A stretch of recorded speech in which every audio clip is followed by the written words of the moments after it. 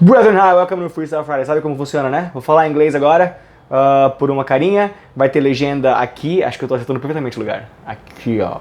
Vai ter legenda aqui em português e em inglês. Aí vocês podem fazer uso desse exercício de listening como bem entenderem, como geralmente fazem, tá? So here we go. 3, 2, 1. As of late, I've changed my diet. I made some changes that I had thought about making before, but they appeared really crazy. But as you go into your 30s, parts of your body start to change and to hurt, and life tells you that it could end. And then you take things a lot more seriously. There's a quote that I read some years ago that stuck with me. You live two lives. You start living the second one when you realize you only have one. Which is so deep and pretty, Facebookish, but it's also super true. When you say, holy crap, my body's deteriorating, everything around you changes, including your eating habits, which was the case with me. So I started avoiding some things. I would like to share with you guys what I eat now, how I eat, and talk about not only the effects it's had, but also about our misconstrued conception of what normalcy is.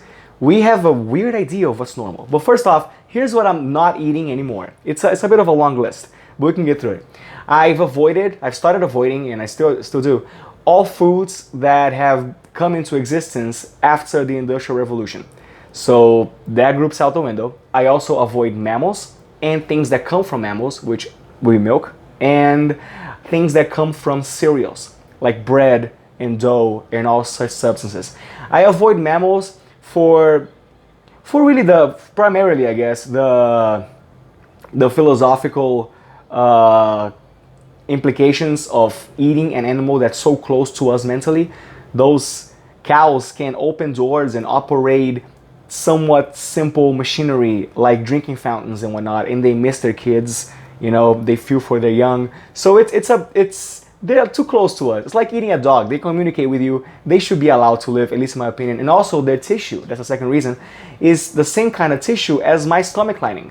And after a few years digesting cattle, there's negative implications in your I want to say the name, in your digestive system. So it's a very important thing to keep in mind, because when you're old, you're going to have to cut it out. If you go to a doctor, they'll tell you to stop. So why not stop now? So I don't eat mammals. I don't eat milk. No one eats milk. I don't drink milk, except sometimes, like when I'm out, there's like a milkshake, I'll have it. Like in the weekends, I break some of these rules. And also no pizza, no bread, because they come from cereals, right? From grains in general. And other than that, I eat everything available. You know, like every fruit, every vegetable, everything I can get my hands on, and I'm eating all day. I have like apples and bananas. Fortunately, I have the privilege, thanks to you guys who have classes with me, of working from home. So I can dictate exactly what I eat and when. So I eat throughout everything the earth can give, but I avoid everything that came after the Industrial Revolution, everything that comes from mammals, cows and pigs, and everything that comes from cereals, which is dough and bread and pizza and whatnot. And the results have been fantastic, man. I am more energized in general, of course, and that's to be expected, but also I'm looking really good. You know, it's not shallow to say. I think everybody likes to look at themselves in the mirror and like what they see, you know, and it's not something that only I feel. I believe all people feel that way. And when you see improvement, it matters. It makes your day better. You feel better about yourself. You feel more confident. You're happier in general. And it's crazy how easy these improvements that have happened in my life can come about. All you gotta do is avoid these things that I avoided. This is not really a lot of work. You don't have to go to the gym and work for hours, you know. These changes, they happen naturally when you take upon the apparent real normal, when you start living as normal really should be.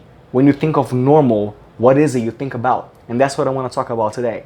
Because up until I decided to make these changes, the foods that I would eat, I would consider normal. I used to drink soft drinks. This sounds too much like a diet coach, but it's not.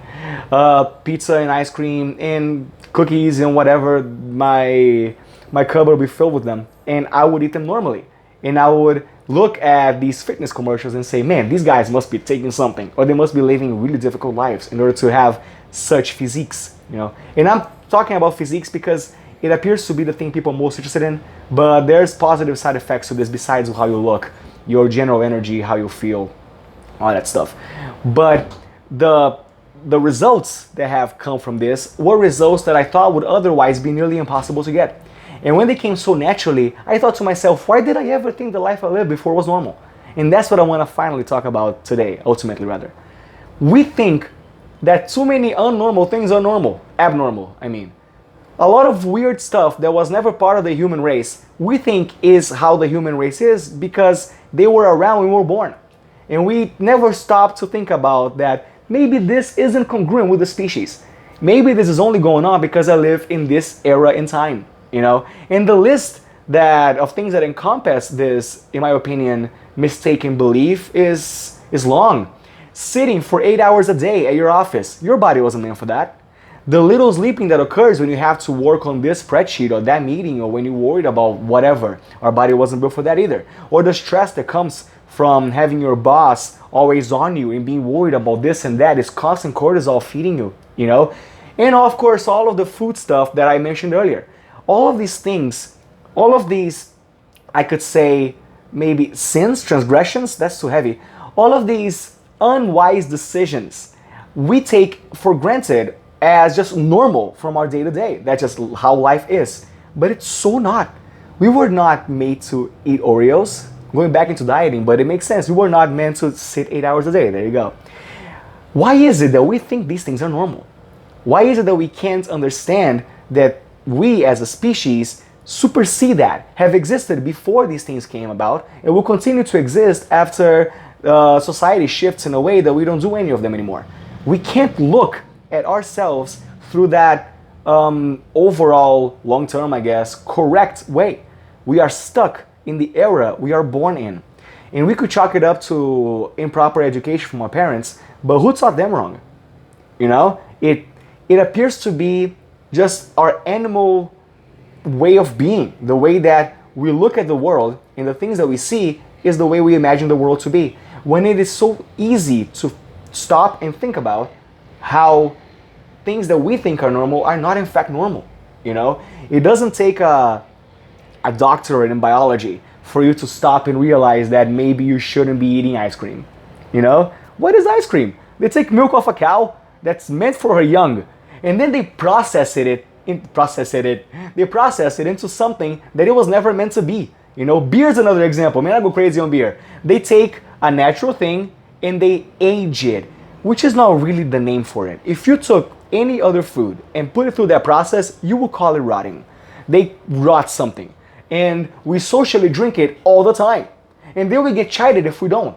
Well, I understand the chiding because people tend to mock things they're too weak to ascribe to, regardless of being good or bad. So if you don't drink any beer, people will say, if it's a group of heterosexual males, they will call you the thing they're all afraid of being, which is gay. And because of that kind of pressure, you will go into it too. I understand the pressure, but I don't understand the initial decision. Why is it we think that these clearly abnormal things are normal?